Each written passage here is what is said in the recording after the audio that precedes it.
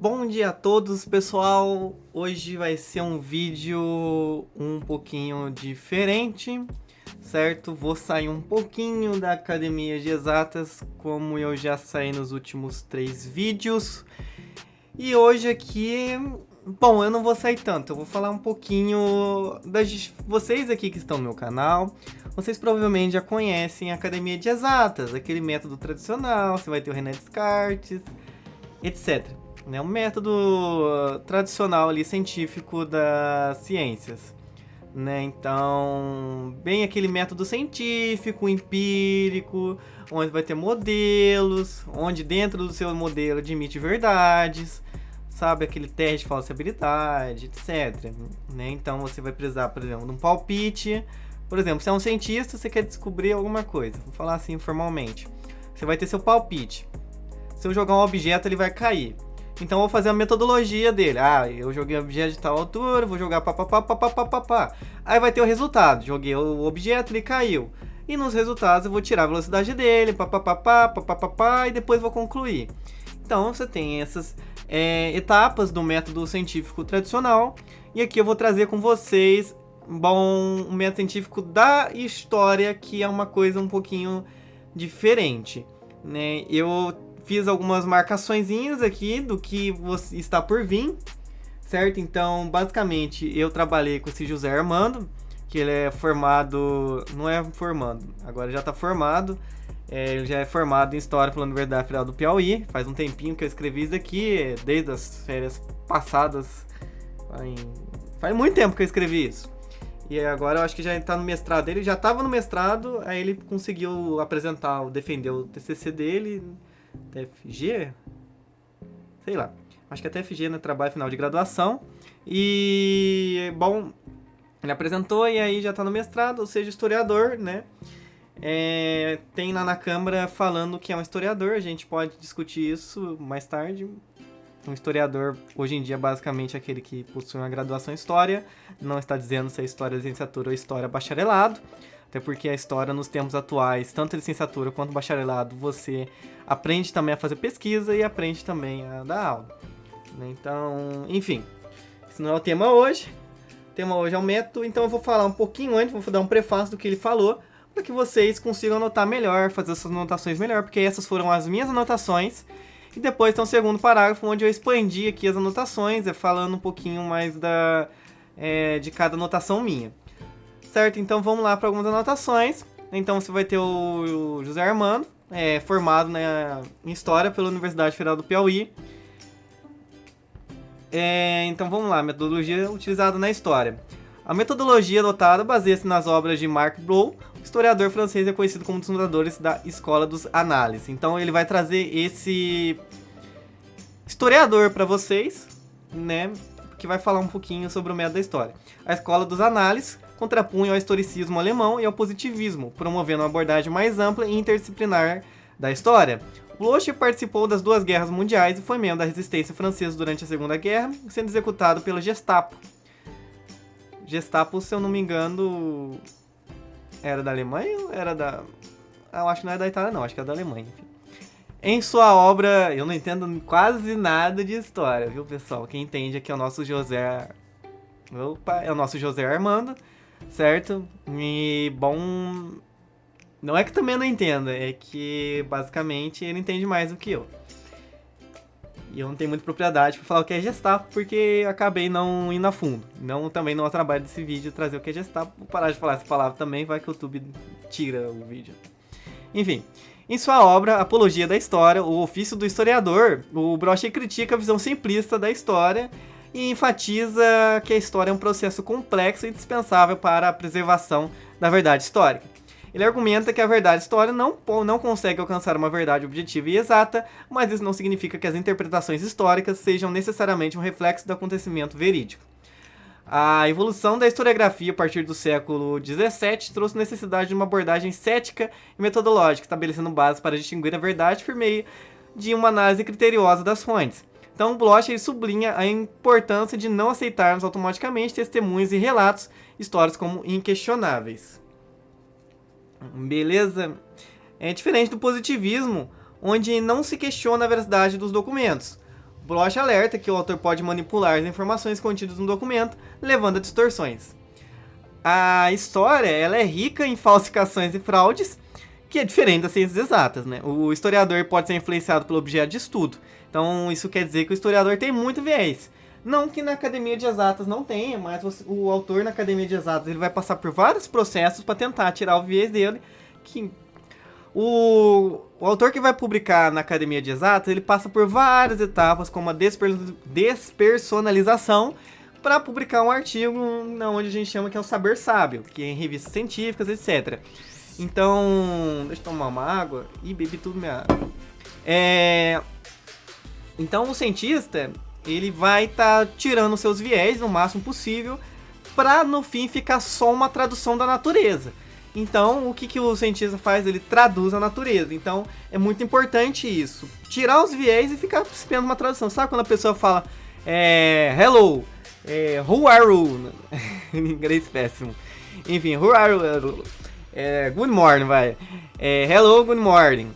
Quando a pessoa fala isso, você traduz, olá, boa tarde. Não tem viés, você apenas traduziu as palavras, sabe? Não tem o seu viés ali, que você acredita antecipadamente ou não. Você traduziu e esse é o trabalho que vai ser do cientista, então ele vai apenas traduzir fenômenos da natureza, certo? Então tem que tirar bastante o viés do cientista. Agora, já na história, o historiador pode ser influenciado pelo objeto de estudo. Ao estudar, por exemplo, a história dos movimentos populistas, a vivência pessoal do historiador pode impactar seu trabalho introduzindo vieses. O historiador moderno não deve ser excessivamente cético, mas deve buscar compreender e extrair informações dos documentos, mesmo cientes que esses podem conter erros. A crítica histórica enfrenta o desafio de novas formas de falsificação e adulteração de documentos, o que pode viciar o processo de análise. Até mesmo a data de um documento pode ser alterada. Existem casos famosos de documentos falsos que enganaram especialistas, como as supostas cartas da esposa de Luís XVI, Maria Antonieta, que foram falsamente atribuídas a ela.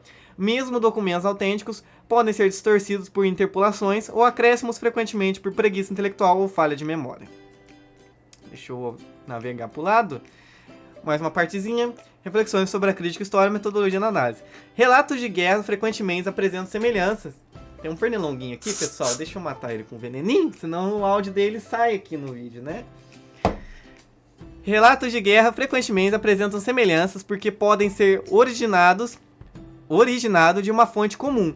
No entanto, essas semelhanças não garantem a autenticidade do relato, pois podem simplesmente refletir uma mesma fonte e não várias, o que exige cautelas. Então, vamos supor, beleza. Várias pessoas falam que viram um ET.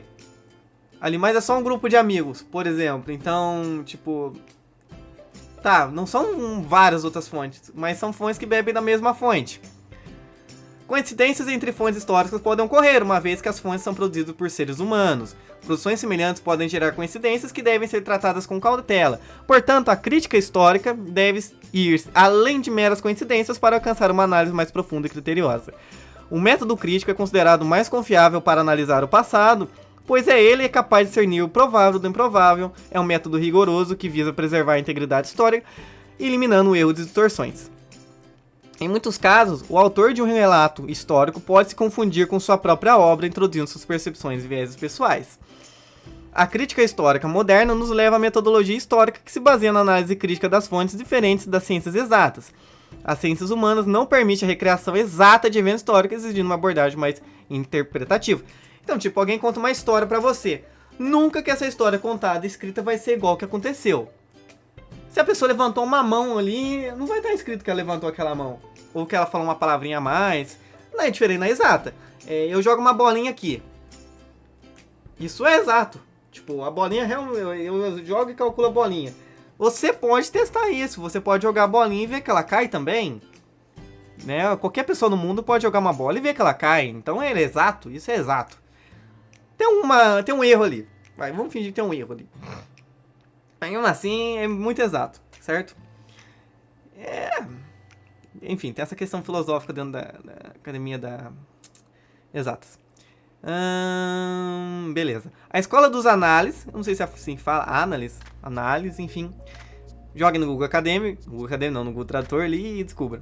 A escola dos análises, por exemplo, não se concentra nas grandes figuras históricas, mas sim em outras perspectivas como a microhistória e a história vista de baixo, ou seja, a partir de perspectivas, a partir de experiências das pessoas comuns. Quando alguém escreve uma fonte histórica, inevitavelmente introduz vieses. Olha o probleminha. Ou não, né? Um dos erros mais comuns é o anacronismo, que consiste em julgar períodos passados com base em valores morais e éticos contemporâneos. Beleza. O que é isso aqui? É uma coisa você chegar e falar, Aristóteles era... Nossa. O meu canal não é monetizado mesmo, então não tô nem aí. Uma coisa chegar e falar é que o Aristóteles era fascista. Bom, nessa época nem existia o conceito de fascismo. Como é que ele iria ser fascista? Sabe? Ou tipo, Jesus era comunista, Jesus era capitalista. Tipo, não existia esse conceito na época. Você não pode afirmar que Jesus, ele era... Bom, pressupõe que Jesus é real, primeiramente, porque não quero entrar nesse debate, Jesus é real ou fictício. Fica aí com vocês aí, enfim, vamos pressupor que ele é real. Então, Nossa. Tipo, falar que Jesus é capitalista, Jesus é comunista, socialista, qualquer outra coisa ali que seja, é anacrônico, porque... Cara, isso veio depois de Jesus. Como é que ele ia ser uma coisa que nem se existia o conceito na época, sabe? Tipo, não faz sentido, simplesmente não faz sentido. Se olhar pra uma pessoa lá no tempo dos passados e falar, essa pessoa aqui era, sei lá, homofóbica. Poxa, mas nem existia esse contexto naquela época, tipo, sabe? Não existia o contexto que isso era errado. Como é que você fala que era errado de algo que não... Por exemplo, hoje em dia a gente mata animal. Imagina se que daqui a 1000 anos os caras falam, nossa, vocês viram aqueles humanos ultrapassados matavam animais, que bando de monstros horríveis. Então, tipo, a maioria das pessoas, elas não têm consciência assim hoje em dia, incluindo eu, que matar errado, que matar animal, seja como você matar um ser humano, assassinar um ser humano. Não tem esse tipo de percepção tão errada assim, certo? Mas no futuro podem ter. E é anacrônico, nos olhos do futuro, olhar para o passado e falar que nós está errado, sendo que na nossa visão isso não é errado. Tipo, pô, não é errado para nós. Agora, se eu mato uma pessoa que é errada aqui, aí o futuro também pode olhar e falar, ele estava errado lá também de matar a gente. Verdade, nós também achamos errado matar a gente. Enfim. Consigo julgar período passado com base... Beleza. Heródoto, frequentemente chamado de pai da história. A história, a partir das reflexões de Mark Bloch, busca mais a compreensão do que o julgamento dos eventos passados. Não lembro que é impossível relatar completamente o que aconteceu. Então, compreender e não julgar. É interessante, né? Porque, poxa, se você vai fazer o trabalho de historiador em algum lugar, você já vai chegar julgando, já vai querer fazer um viés. Você vai tudo pegar as coisas da pessoa e falar que ela é um monstro, em vez de realmente tentar entender o que aconteceu, compreender o que aconteceu ali. Você está mais interessado em condenar a pessoa ou compreender o porquê que ela fez aquilo, sabe? Então a gente tem que, às vezes, se perguntar qual é o trabalho do historiador. É ser ali um juiz ou datar o que aconteceu, o que ocorreu. Entender o porquê ocorreu. Desculpa. A ambiguidade da linguagem é um desafio que complica a análise histórica, exigindo um olhar atento e crítico. A divisão cronológica tradicional da história inclui períodos como pré-história, antiguidade, idade média, modernidade e contemporaneidade. No entanto, essa divisão é atualmente criticada por ser uma cronologia artificial e rígida. O que às vezes eu vejo isso? Eu não lembro o que ele falou sobre direito, o Armando, no seu áudio. Mas, tipo, por exemplo, artificial. Por que artificial? Porque eles falam, deu num período do outro, a Idade Média passa a ser moderna ali. Mas o porquê? Sabe? Aí, tipo, vai ter autores, às vezes, da modernidade na contemporaneidade, ou, tipo, da Idade Média com pensamento moderno. Vira uma bagunça. Aí os caras simplesmente, arbitrariamente, meteu uma data ali e falou, isso daí. O que, sei lá, se tem um modernista na Idade Média, ele pula pra frente. Então, enfim, essa data, essa cronologia é bem artificial e rígida aí. Faz sentido, mas não faz ao mesmo tempo. Mark Bloch defende uma abordagem mais flexível, que se adequa melhor ao desenvolvimento da sociedade e as complexidades da história, né? Em última análise, podemos entender que a crítica histórica busca uma compreensão profunda da complexa e da riqueza da experiência humana sem julgamentos simplistas. Beleza? Você vai estudar, por exemplo, o que é fascismo, sem ficar o tempo todo tentando, esse cara aqui é fascista, mata muita gente, sei o que, tá errado. A história quer dizer o que aconteceu.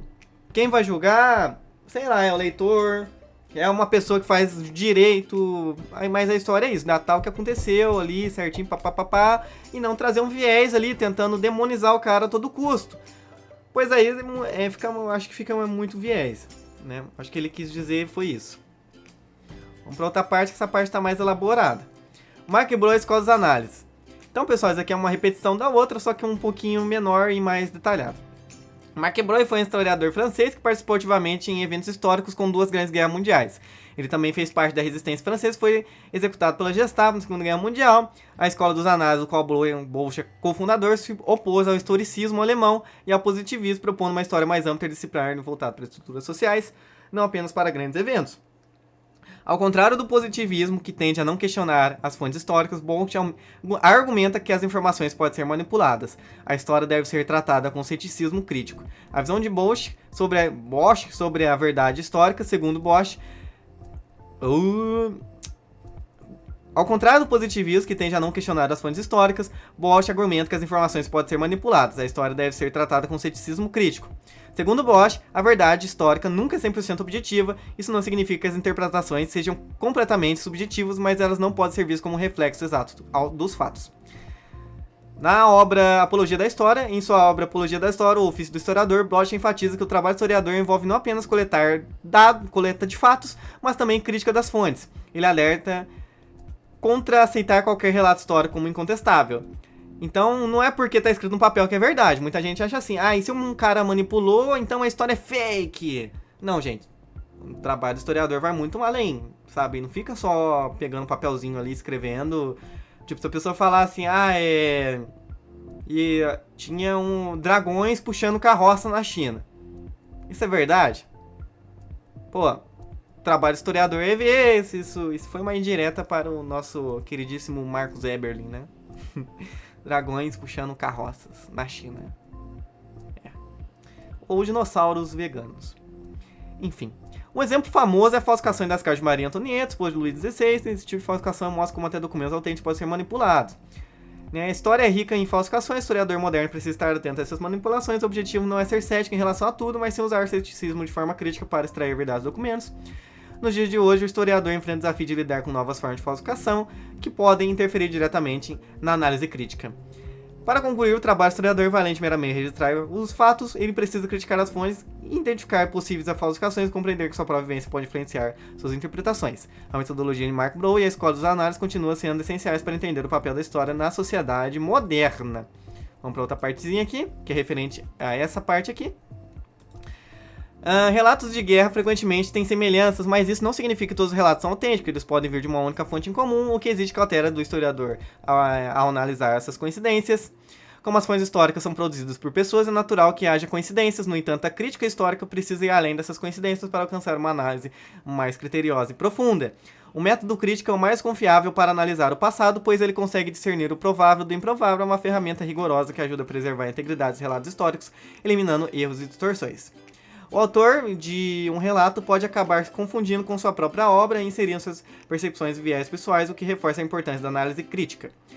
Na ciência, o que é ser crítico, pessoal? Para quem não sabe, ser crítico é se questionar sobre as coisas. Por exemplo, a pessoa fala que força é igual a massa vezes aceleração. Eu posso aceitar isso, eu posso ser crítico. Falo, por que força é igual a massa vezes aceleração? Vamos testar? Vamos entender o que quer dizer isso? Vamos fazer um experimento? Enfim, ser crítico é questionar sobre as coisas.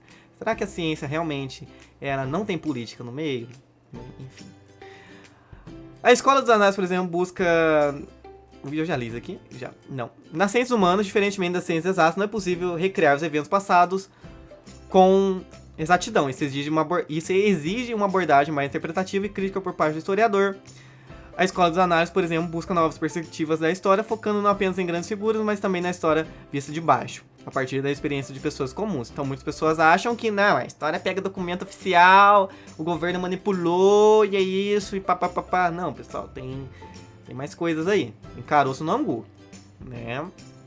Então não é só também... E também isso serve. Vai que também um governo manipula os dados numa guerra, tá tendo a guerra ali, e manipulou o dado. Ah, não matei tantas pessoas não, matei menos. Aí as pessoas que descrevem, ou sei lá, pessoas mortas ali, dão um número maior, sei lá. Quando alguém escreve uma fonte histórica, é inevitável que seus próprios vieses sejam introduzidos no texto. Um dos erros mais comuns é o anacronismo, quando julgamos o passado com base nos valores atuais. Heródoto, considerado o pai da história, e Mark Blow nos lembra que o objetivo da história não é julgar os eventos passados, mas sim compreendê-los em sua complexidade. A ambiguidade da linguagem é outro grande desafio. Epa. Beleza. A ambiguidade da linguagem é outro grande desafio que complica a análise histórica. Isso exige, nossa senhora, Isso exige que o historiador seja atento e crítico em suas interpretações. Né? Então, é isso, linguagem, pessoal. É difícil. A divisão cronológica tradicional da história em períodos como a Idade Média e Modernidade tem sido criticada por ser artificial e rígida. Bloch defende que é uma abordagem mais reflexiva que reflita melhor o desenvolvimento das sociedades. Em última análise, a crítica à história não busca julgamento simplismo, mas sim uma compreensão profunda da experiência humana ao longo do tempo, considerando a complexidade e riqueza dos eventos históricos. Então, pessoal, o que eu vou fazer? Eu vou ir passando esses 3 livros que o Armando recomendou pra mim ir passando. E tem esse livro também, só que esse livro aqui é mais pesadinho e eu não quis esperar ele baixar.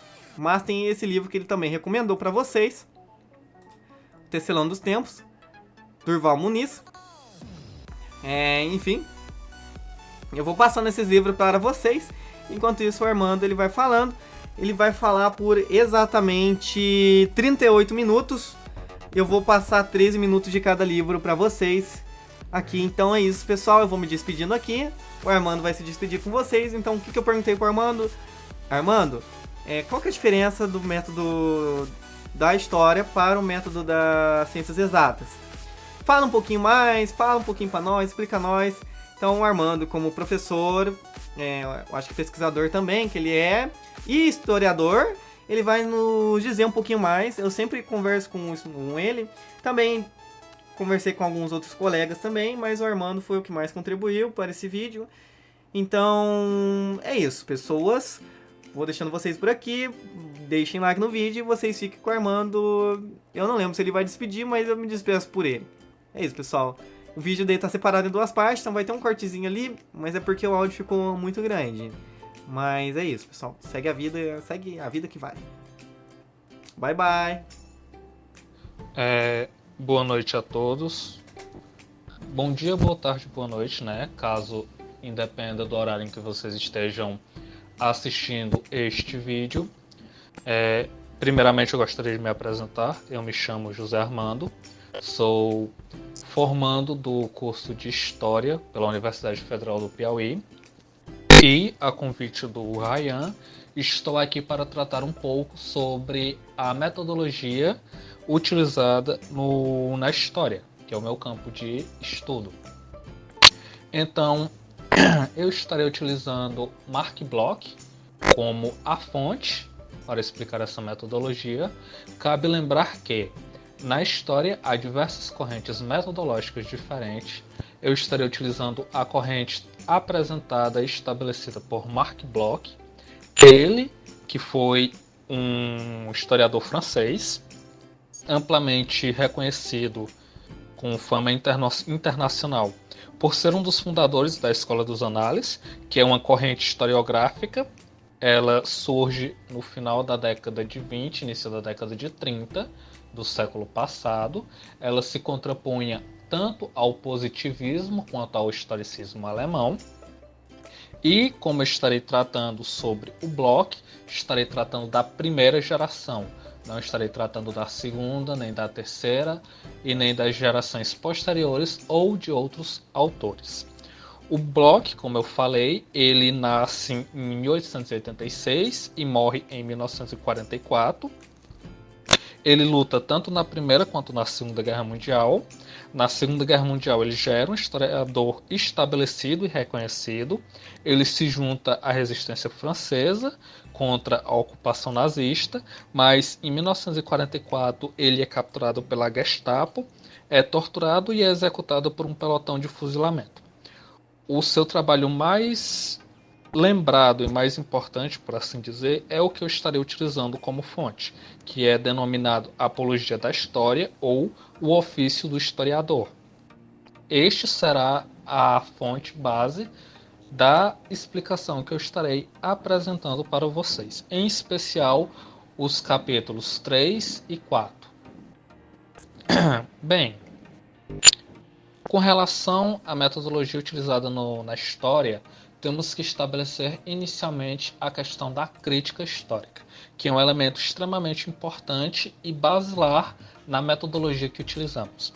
A crítica histórica, conforme o Bloch ele apresenta na sua obra, ela revela como um processo complexo e indispensável para a compreensão e para a preservação da verdade histórica. Lembrem-se que a verdade histórica ela deve estar dentro de algumas aspas, porque a história, ela, diferente das ciências exatas, ela não possui capacidade para chegar numa verdade objetiva e central. Podemos ter interpretações acerca de eventos que ocorreram em determinado momento da história, mas isso não quer dizer que aquela interpretação seja o entendimento verídico e inquestionável da situação estudada. Então, a evolução desse método, do método da crítica histórica, se consolida a partir do século XVII. Esse método trouxe não apenas a necessidade de uma abordagem cética e sistemática em relação a documentos e testemunhos históricos, mas ela também proporcionou bases para a criação de um aparato metodológico capaz de distinguir a verdade da falsidade em meio a uma vastidão de relatos e evidências. Relatos podendo ser mesmo relatos orais. Que essa é outra metodologia que pode ser utilizada na história, que é denominada história oral, focada em testemunhos. Então, Bloch, ele sublinha, ele deixa destacado a importância de não aceitarmos automaticamente testemunhos e documentos históricos como verdadeiros, inquestionáveis. Essa era uma característica muito comum da teoria positivista ou da escola metódica, como gostamos de chamar também, que você não questiona a veracidade de um documento. Temos que lembrar que documentos escritos por seres humanos possuem uma intencionalidade e o autor, para além da intencionalidade, ele pode alterar as informações contidas nesse documento. Então, ele nem sempre estará falando a verdade, ele pode aumentar o relato que ele está colocando no documento, ou ele pode diminuir, ou mesmo mentir ou não colocar algum evento que seja importante. A história ela é rica em exemplos de falsificações e fraudes. Um exemplo que eu posso dar é a doação do imperador Constantino II durante o período da Idade Média, que seria uma doação de territórios tanto dentro da Península Itálica como fora, o que não ocorreu. Isso serve como um alerta para os perigos de uma aceitação sem crítica, uma aceitação acrítica dos relatos. Bloch destaca que a questão do bom senso muitas vezes é invocado como uma forma de prudência. Só que isso é insuficiente na crítica histórica, porque esse bom senso ele está impregnado de suposições inadequadas e experiências limitadas. Ele não abrange o todo e o contexto em que os autores estão inseridos. Não só os autores, mas também o historiador. Porque um detalhe que é importante, diferente das ciências exatas, o historiador, o pesquisador do ramo da história, muitas vezes pode ser confundido com o objeto de estudo, tanto por a proximidade como pelo próprio tema. Um exemplo que eu poderia dar são historiadores da contemporaneidade que estudam, por exemplo, a história de movimentos populistas. Muitos desses movimentos eles ainda estão em voga na nossa atualidade. Então, a vivência do historiador pode impactar no objeto de estudo, em como ele trabalha esse objeto, porque não temos um afastamento ao nível que vocês das ciências exatas possuem. Então, continuando, a questão do avanço na crítica histórica, ele ocorre quando o ceticismo ele deixa de ser apenas uma postura defensiva e passa a ser sistemático e fundamentado em regras objetivas, fazendo com que possamos distinguir a verdade de mentiras. Isso ocorre ainda no século XVII, 1681, século XVII, a partir de um monge beneditino chamado Jean Mabillon. Ele publica uma obra, me desculpem a pronúncia, de Rediplomática, que estabelece bases formais para a crítica documental. Esse desenvolvimento, a partir do Mabillon, ele marca o início da nova era da crítica histórica, onde essa crítica ela se torna fundamental e essencial para a análise de documentos e textos. E outros autores daquele período também contribuem para isso, como o Daniel Van Papperbroek e Richard Simon. A relação também dessa crítica histórica, o método crítico, com a filosofia cartesiana, por exemplo. Bloch enfatiza isso, que apesar de muitos críticos da época, como o próprio Mabillon, não serem cartesianos propriamente dito, a crítica histórica, melhor dizendo, ela adota o ceticismo metodológico semelhante ao que Descartes estabelece, questionando a credulidade e buscando novas certezas, não aceitando o documento como uma verdade estática. A crítica, no entanto, ela não se limita à verificação da autenticidade de documentos explicitamente datados. Ela pode abranger documentos sem data clara, por exemplo. O historiador moderno, por assim dizer, o historiador da contemporaneidade do nosso período, ele não deve ser excessivamente cético também, e sim ter uma certa diligência, buscando compreender e extrair informações de documentos, mesmo cientes que esses documentos podem conter erros ou mentiras. Essa é uma evolução que o método crítico tem ao longo dos séculos. Ele não preserva só princípios fundamentais, mas ele também se adapta a uma nova gama, um novo quadro de evidências. Mesmo que ele deva manter o compromisso com uma análise cuidadosa e detalhada dos testemunhos, casos testemunhos documentais. A crítica histórica ela enfrenta o desafio de lidar com novas formas de impostura que permeiam a historiografia. A impostura seria uma espécie de falsificação de autoria, por exemplo. Não só de autoria, como também a alteração de informações em documentos. Ou mesmo a própria falsificação de documentos. Segundo Bloch, a falsificação ela pode viciar o testemunho histórico, seja, como eu disse, por meio da falsificação de autoria ou da data. Ainda tem isso, além da autoria ser falsificada, a própria data do documento pode ser adulterado. E existem alguns exemplos históricos que eu posso trazer para vocês sobre a habilidade desses falsificadores na questão dos documentos. É que muitos documentos enganaram até especialistas, como umas cartas falsas atribuídas a... Agora me falha o nome da esposa do Luís XVI, que foi morto na Revolução Francesa. A Maria Antonieta. Me recordei no nome dela. Que foram falsamente atribuídas a Maria Antonieta. Que ela não escreveu essas cartas. Também há a questão de formas sutis de manipulação da verdade, onde mesmo documentos autênticos podem ser adulterados por meio de interpolações ou de acréscimos, que podem distorcer o conteúdo original.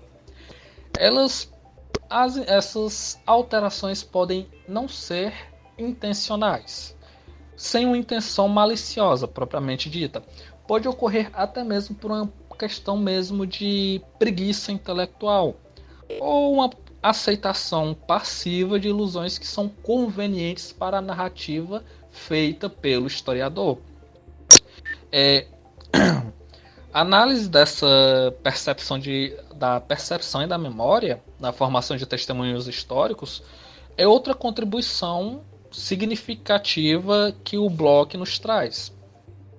Para ele, na argumentação dele, que a precisão histórica dos relatos históricos, ela pode ser comprometida por percepções imprecisas, ou mesmo por falhas de memória das testemunhas, que elas podem acabar sendo influenciadas por preconceitos culturais ou expectativas sociais. Bloch ele explora muitas vezes como os erros e os rumores se propagam nas sociedades. Um exemplo que pode ser apresentado seria na Primeira Guerra Mundial, onde a propaganda e a censura elas desempenharam papéis paradoxais na formação e na disseminação de notícias falsas. A renovação da tradição oral das trincheiras, ela é semelhante a uma comunicação pré-jornalística, né, de um jornalismo mais esquemático, com jornais, com sedes, estruturado ao que conhecemos a partir do século XIX, século XX. Anterior a isso, nós temos aqueles folhetins, aqueles caixeiros que viajavam nas cidades medievais, que traziam informações.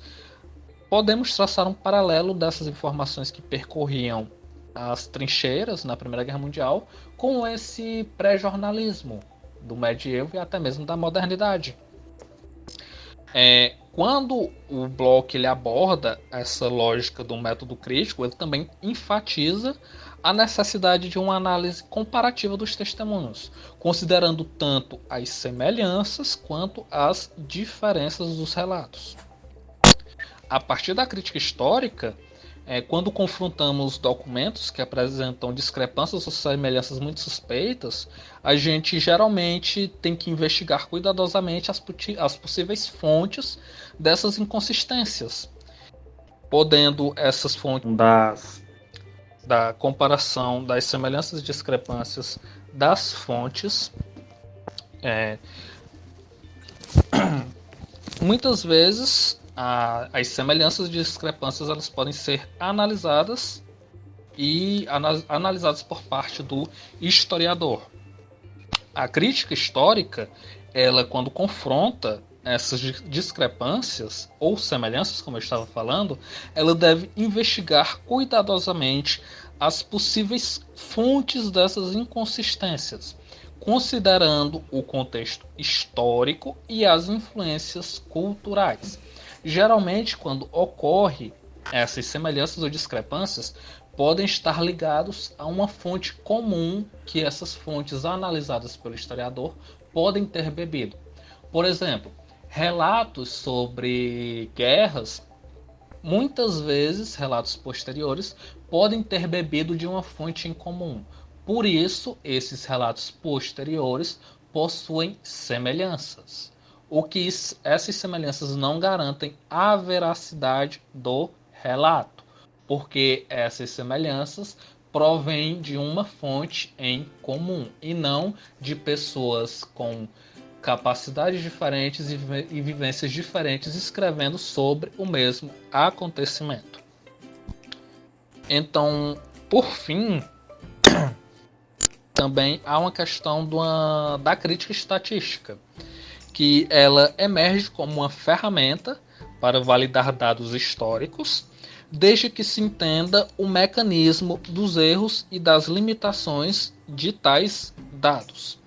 A coincidência que é um fenômeno natural da história, sim, naturalmente na história podemos ter coincidências nas fontes, não é algo impossível, levando em conta que fontes da história que o historiador trabalha, em geral documentação escrita, mas não exclusivamente documentação escrita, é produzido por seres humanos. Então, convivências semelhantes podem gerar coincidências.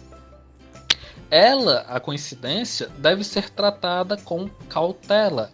E a crítica histórica deve ir além da simples comparação das probabilidades, integrando também a comparação da contingência e da imprevisibilidade dos eventos históricos. Bloch, ele ainda embora a crítica histórica não possa alcançar a certeza absoluta, ela oferece um método mais confiável para analisar eventos do passado. O progresso da crítica histórica e das ciências sociais, ele foi essencial para distinguir o provável do improvável, contribuindo para a nossa compreensão mais profunda da verdade histórica. Assim, ainda terminando essa questão do método crítico, o método crítico ele é fundamentado em uma análise rigorosa e acessível, permanecendo indispensável para evitar enganos do passado e para preservar a integridade histórica. Então, o método crítico é a pedra basilar da metodologia do historiador. Esse método é que vai estabelecer como vamos tratar a fonte, como vamos levar em conta o contexto histórico em que a fonte foi escrita, quem escreveu a fonte, que em conversas com o próprio Ryan, muitas vezes a gente se desentendeu pela necessidade que eu, enquanto estudante de história e historiador, tenho em saber quem foi a fonte, o nome da fonte, porque para nós, para a história, quem escreve a fonte é tão importante quanto o que está escrito na fonte, porque o autor ele se confunde com a sua obra na perspectiva histórica. Então, quando alguém escreve uma documentação e ele acaba, como eu posso dizer, não colocando informação, há uma intencionalidade nesse ato. Há um motivo dele não colocar essa informação, dele camuflar um dado, camuflar uma pessoa desse contexto, uma figura histórica.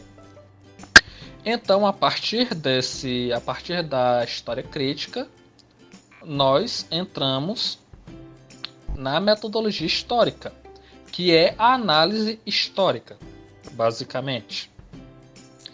Bloch, quando ele trabalha a questão da análise histórica, ele propõe uma reflexão profunda sobre a natureza da história como ciência humana.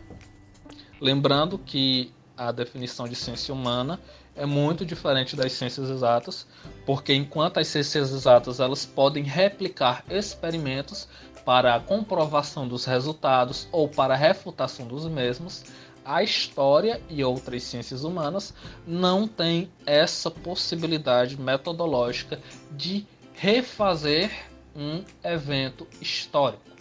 Podemos apenas interpretar de formas diferentes, com fontes diferentes, o mesmo evento, mas não podemos recriá-lo para analisar com profundidade os seus efeitos em minúcias, como as ciências exatas possuem. Então, as ciências humanas abordam questões de imparcialidade, de compreensão, de nomenclatura e mesmo de periodização no caso da história. Quando se explora esses temas, a partir de Bloch, por exemplo, desafiamos abordagens mais tradicionais, levando em conta que a história da perspectiva dos análises, que é essa corrente metodológica desenvolvida por Bloch, ela foge dessa história focada em grandes figuras como Napoleão. Quando você estuda o Império Napoleônico foca-se quase que exclusivamente na figura de Napoleão ou de 3 ou 4 de seus maiores generais. enquanto a escola dos análises, tanto em sua primeira quanto nas gerações posteriores, a primeira que é essa do Mark Bloch, eles tentam sair dessa visão de grandes figuras, de uma história econômica, e enveredam por outras perspectivas, como a microhistória, que estuda eventos pequenos, a história vista de baixo, que estuda o populacho, o afegão médio, essas pessoas que são muitas vezes invisibilizadas pela escrita tradicional da história. Então ele defende essa metodologia do Bloch, defende uma visão mais complexa e integrada na prática historiográfica. A imparcialidade histórica é um ponto central no debate da prática historiográfica. Como eu disse anteriormente, na perspectiva da crítica histórica, quando alguém escreve uma fonte, essa fonte ela tem um viés, porque o autor se confunde com a obra. Bloch critica a tendência de julgar o passado com valores morais contemporâneos, que leva ao erro, que é um erro comum, que leva a interpretações enviesadas. Isso é o que chamamos na história de anacronismo. Ou anacronismo.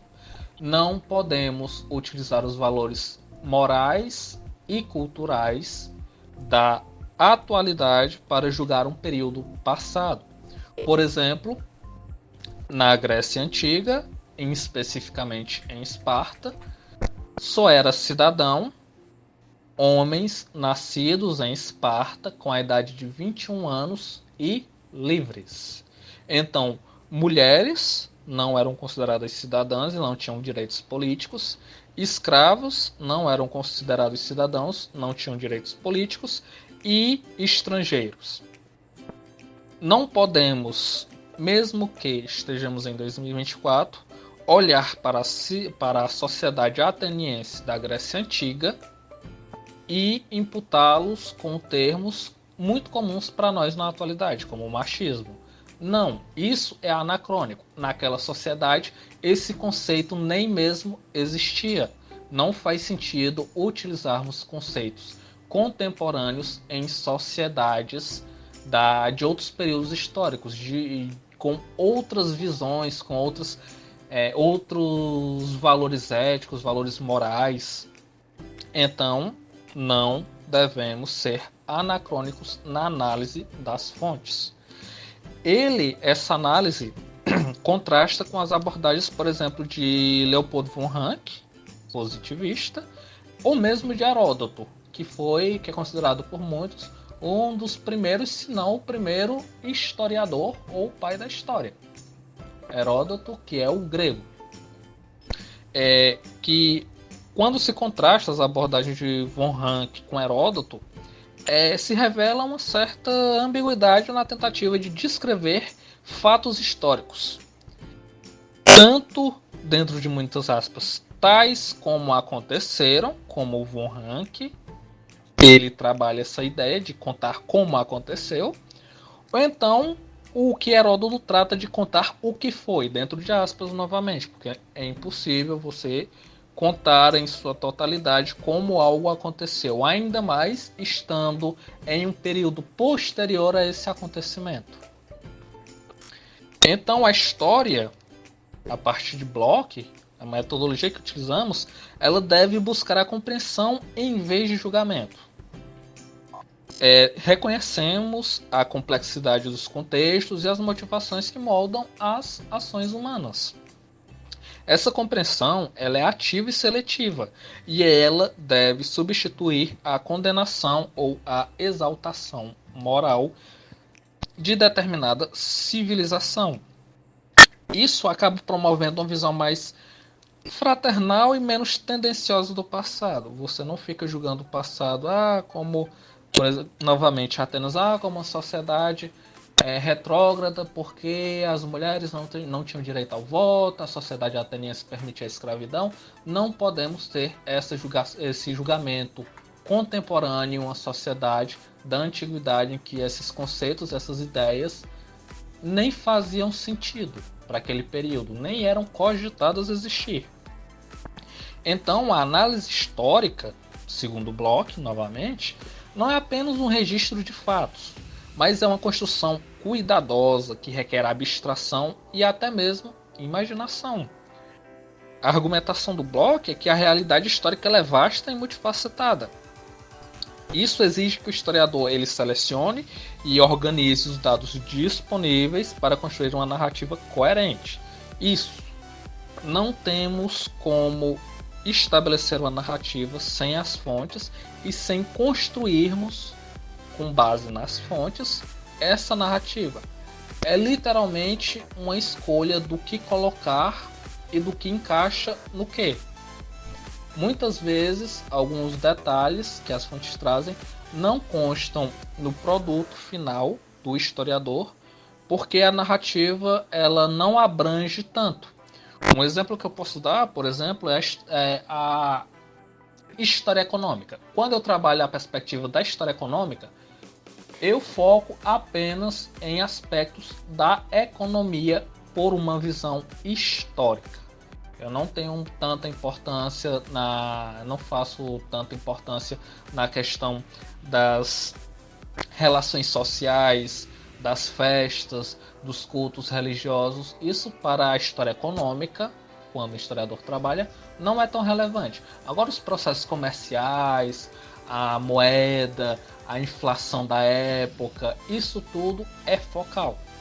Então, há aspectos em que se foca, em que o historiador ele seleciona para trabalhar, e aspectos que ele acaba basicamente deixando de lado, porque não convém para a narrativa e para o estudo em si. Então a história ela não deve se prender a uma visão unilateral ou a categorias rígidas, mas sim a tentar capturar a complexidade da experiência humana por meio de uma abordagem integrada. Fazemos muito isso, por exemplo, utilizamos metodologia da arqueologia quando vamos trabalhar algumas sociedades antigas, utilizamos a linguagem para fazer uma diferenciação em escritos de determinado período, para tentar datar esse período, utilizamos autores tanto de outras áreas das humanidades, como por exemplo sociólogos, utilizamos economistas, antropólogos, mesmo geógrafos também utilizamos. A ciência histórica ela acaba lidando diretamente com a complexidade das consciências e das interações humanas, porque tudo que é humano é histórico. A história trabalha com o homem no tempo. Então, e deve ir além da simples soma de fragmentos isolados para compreender as interconexões e as próprias contradições inerentes à vida social humana. A nomenclatura ela apresenta outro desafio significativo para historiadores. Então, até no método histórico, a nomenclatura que utilizamos interfere. A linguagem, ela, muitas vezes, ela é ambígua e ela é herdada da própria matéria de estudo que temos. Isso pode dificultar a análise histórica. Termos, por exemplo, como feudalismo e capitalismo, carregam significados muito complexos que podem distorcer a compreensão do passado. Um exemplo que eu poderia dar, o período entre o feudalismo e entre o capitalismo, então ali pegamos no final do século XV e lá pelo século XVIII, quando temos teóricos liberais econômicos, como o próprio Adam Smith ou mesmo David Ricardo, tanto no final do século XVII como em grande parte do século XVIII, esse período entre o feudalismo e o capitalismo, propriamente dito, ele muitas vezes fica na dúvida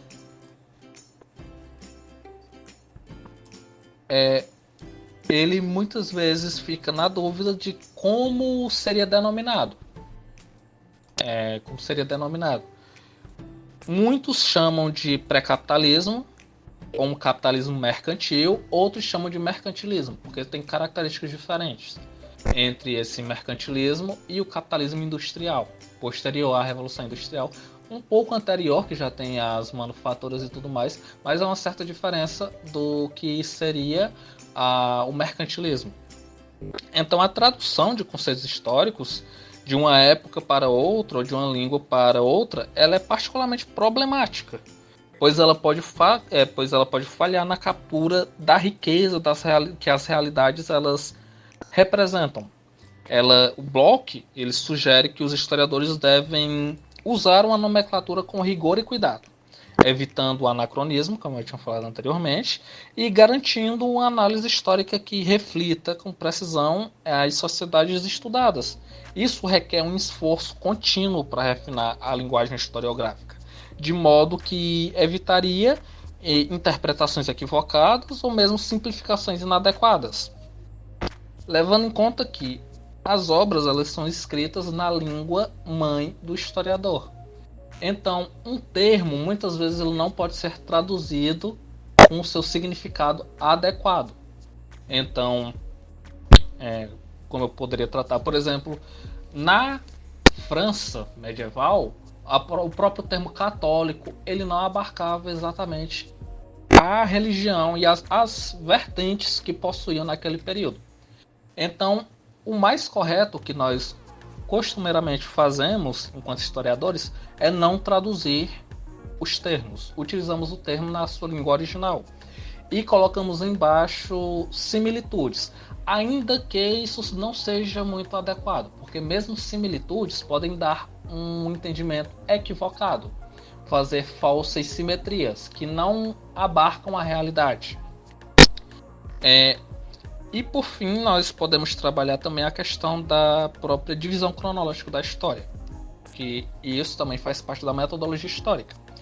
Bloch ele critica essa rigidez da classificação tradicional baseada em mudanças de líderes ou regimes. Então, atualmente a história ela é dividida em pré-história, que é o período anterior à escrita, a antiguidade, que pegamos até a queda do Império Romano do Ocidente, temos o medievo, que vai até o início das grandes navegações e da descoberta do Novo Mundo, a modernidade, que é da descoberta do Novo Mundo à Revolução Francesa, e a contemporaneidade, que pega da Revolução Francesa até agora.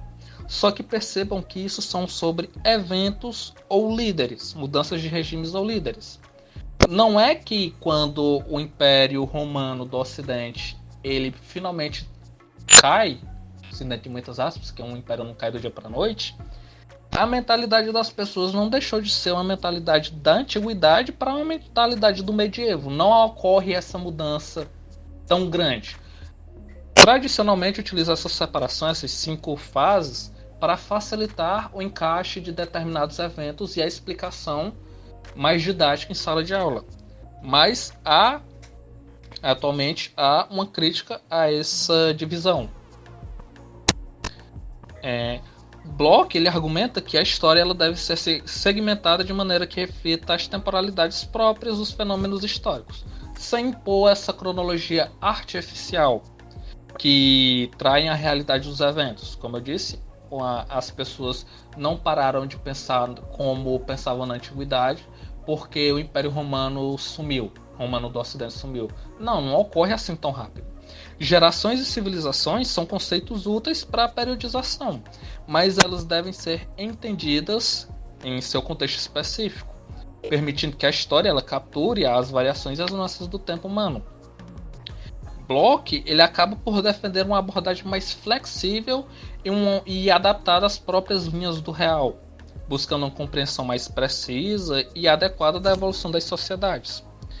Bem, em conclusão, nessa questão da análise histórica, a partir de Bloch, podemos entender que a crítica contundente às abordagens simplistas e tradicionais da historiografia, por parte do Bloch, e a sua defesa de uma história que compreende em vez de julgar, que analisa de maneira integrada, que utiliza a nomenclatura, periodizações com rigor e flexibilidade, que destaca a importância e a prática historiográfica que realmente capture a complexidade e a riqueza da experiência humana por meio da crítica histórica, daquele ceticismo, da padronização para diferenciar fontes verdadeiras de fontes falsas, de não utilizar essa periodização artificial da história e de eventos E essa visão de história como uma ciência profundamente conectada a nuances de consciências humanas. Ela continua a influenciar a forma como entendemos e como escrevemos sobre o passado. Então seria basicamente isso, a perspectiva da metodologia da história a partir de Mark Bloch, lembrando que há diversas outras formas. Eu espero que vocês tenham gostado. Bom, pessoal, voltei aqui. Espero que vocês tenham gostado bastante da explicação. Eu não ia voltar, mas eu tive que voltar, porque enquanto eu tava ali dando uma olhadinha ali nos textos, eu acabei barrando uma coisa. Primeiro que esse no quarto tópico da esquerda... Calma lá, que eu estava falando aqui com o nosso Armando. O quarto tópico é enfatizando que a história...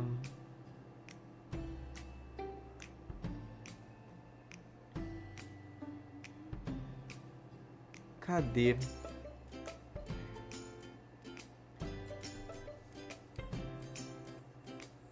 Ai, meu Deus do céu, calma aí, pessoal.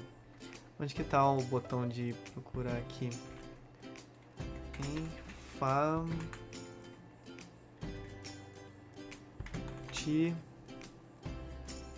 Oh, caramba. Como é que faz pra pesquisar aqui, pessoal? Oh, meu Deus. Ctrl F não vai, né? No quarto tópico da esquerda, enfatizando que a história... Alguém tá vendo...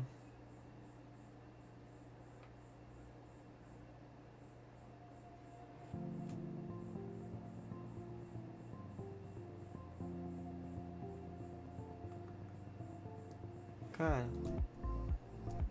Será que é aqui? 1, 2, 3, 4.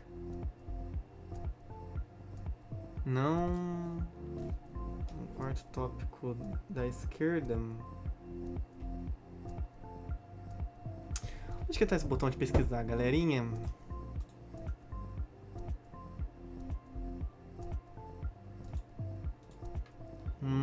Pera aí. Ajuda. Não. Enfim. Uma parte aqui que eu não estou conseguindo achar.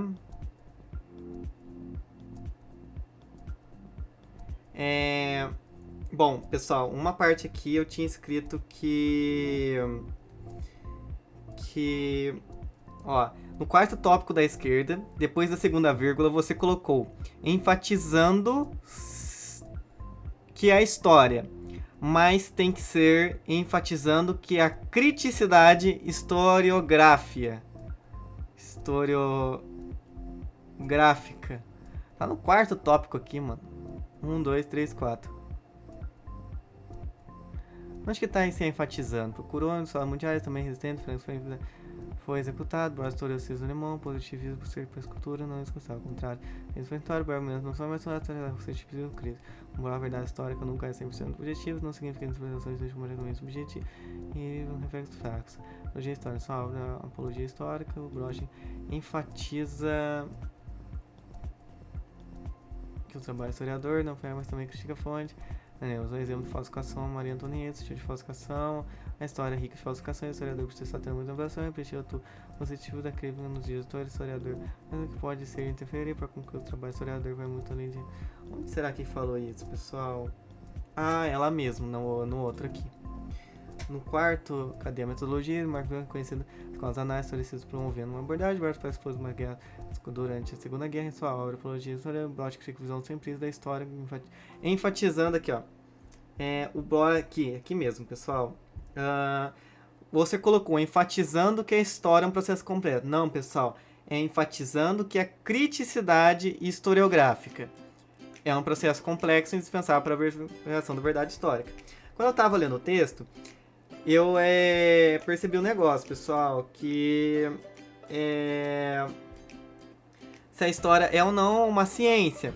Bom, existem várias correntes. Ele falou tanto da Durval e do White, que eu acho que vai falar que história é algo mais voltado para literal, enquanto que a do Sertal vai dizer que a história é uma ciência. Então, ambos acham que estamos certos, mas não temos argumento suficiente para desacreditar o outro. O Armando, viu? Eu vou trazer a opinião do Armando aqui, lembrando que, como ele mesmo citou, tem várias vertentes. Ele vai pela vertente do Durval e do White, por algum motivo, não sei. Mas a opinião do Armando, então, enfim, já deixo claro aqui que é a opinião dele. Eu não considero a ciência pela incapacidade de replicar eventos e analisar de modo realmente científico, aos moldes das ciências exatas. Mas você pode argumentar que, pela estruturação metodológica, ela se assemelha às ciências exatas, apenas sendo impossibilitada de replicar eventos históricos. Tem argumentos para ambas as interpretações e dizer que ela não é científica não quer dizer que ela é menor, ou seja, dizer que a história não é científica não é demérito. A filosofia não usa uma metodologia científica e nem por isso ela é menos importante. Quando você... Enfim, aí já tá falando